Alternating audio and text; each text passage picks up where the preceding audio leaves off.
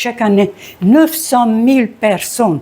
En France, actuellement, il y a déjà, je ne sais pas, tous les ans 100 000 de plus, mais 900 000 actuellement qui souffrent de cette maladie.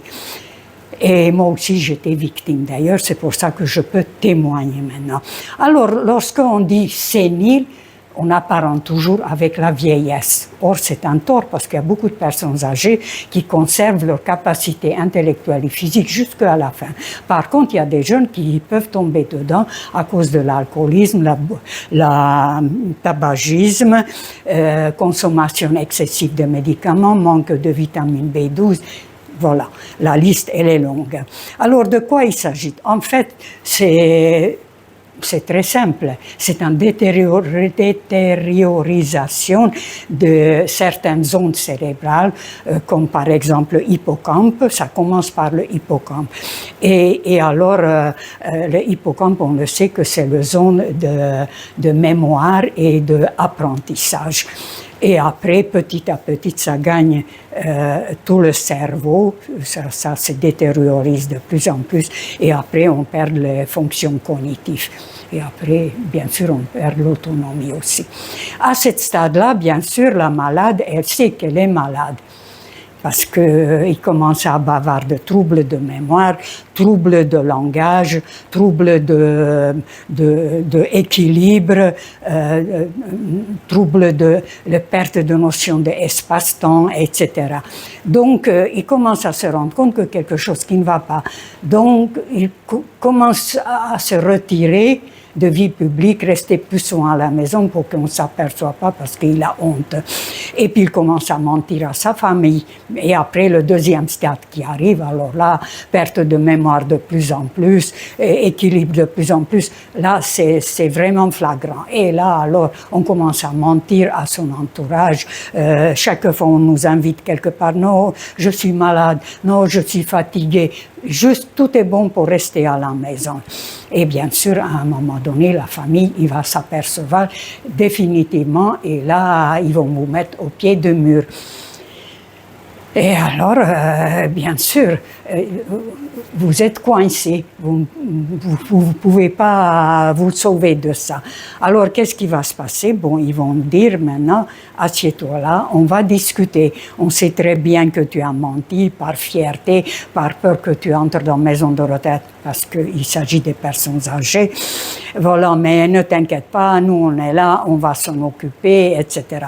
Alors, il y a les réactions positives, ceux qui disent, oui, c'est vrai, ça va pas, j'ai essayé de vous cacher tout ça, mais bon, du fait que vous avez découvert, ben maintenant, dites-moi qu'est-ce que je dois faire, je ferai ce qu'il faut faire, aidez-moi et tout. Ça, c'est attitude positive. C'est comme un alcoolique. Qu'est-ce qu'il fait l'alcoolique? Il va voir dans les réunions alcooliques anonymes, il dit, moi je suis Monsieur Tartampion, je suis alcoolique. Et pourquoi il dit ça? Pour prouver qu'il a accepté cette maladie. Et à partir de là, on peut l'aider, la guérison qui peut commencer. Par contre, il y a d'autres attitudes négatives, c'était moi, par fierté et par peur d'entrer dans la maison de retraite, rien à faire. Jusqu'au bout, mentir, non, je ne suis pas malade, non, vous allez voir, je vais m'en sortir et tout. Et là, mon fils, le Capricorne, il a compris que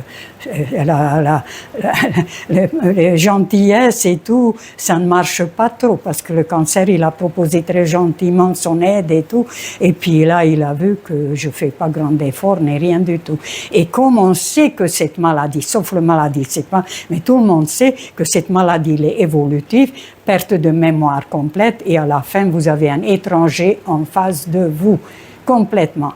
Et donc, vous aimez cette personne, c'est votre mari, vos parents, mère, père, et vous ne voulez pas les perdre, alors vous essayez par tous les moyens de les aider. Comme je dis, les premières personnes, c'est facile.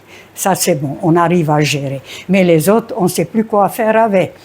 Et dans ces cas-là, malheureusement, on est obligé d'aller un petit peu plus fort, de leur donner des ultimatums, de dire, d'accord, tu dis que tu n'es pas malade, eh bien, il faut nous prouver, parce que tu ne peux pas rester comme ça. C'est très simple. Ou tu viens chez nous, ou on va te mettre dans une maison de retraite, mais tu ne peux pas rester comme ça. Ou bien, il faut vraiment que tu fasses un effort de nous prouver que tu vas t'en sortir. Et là, alors... qu'est-ce qui se passe? Vous donnez un ultimatum. Voilà, on te donne 2 mois, 3 mois. Mon fils, il m'a donné 5 mois, j'ai eu beaucoup de chance. Et voilà, on te donne, mettons, 3 mois. Et dans 3 mois, on revient, on verra le résultat. Et si ça s'est amélioré, tant mieux. Sinon, voilà. Alors, ils vont marquer un grand carton comme ça, en rouge. Retour le 21 février. Dans 3 mois, on est là. 21 février, souligné. Voilà, ultimatum. Et un défi. Et voilà. Donc, ils sont partis. Alors, la personne, il est livré sur soi-même maintenant. C'était mon cas. Et qu'est-ce qu'on va trouver pour trouver? Mais du fait que vous avez décidé et vous avez très peur d'entrer dans la maison de retraite, l'univers, il va vous envoyer la solution. Moi, c'était le Rubik's Cube. C'était pas la plus facile, surtout pour une Sagittaire et qui n'a pas beaucoup de mémoire, pas beaucoup de patience. Et en plus, j'ai tremblé comme ça. Et bien, quand même, j'ai appris toute seule dans ma chambre pendant 5 mois. Je l'ai appris tellement j'avais peur d'entrer dans la maison de retraite.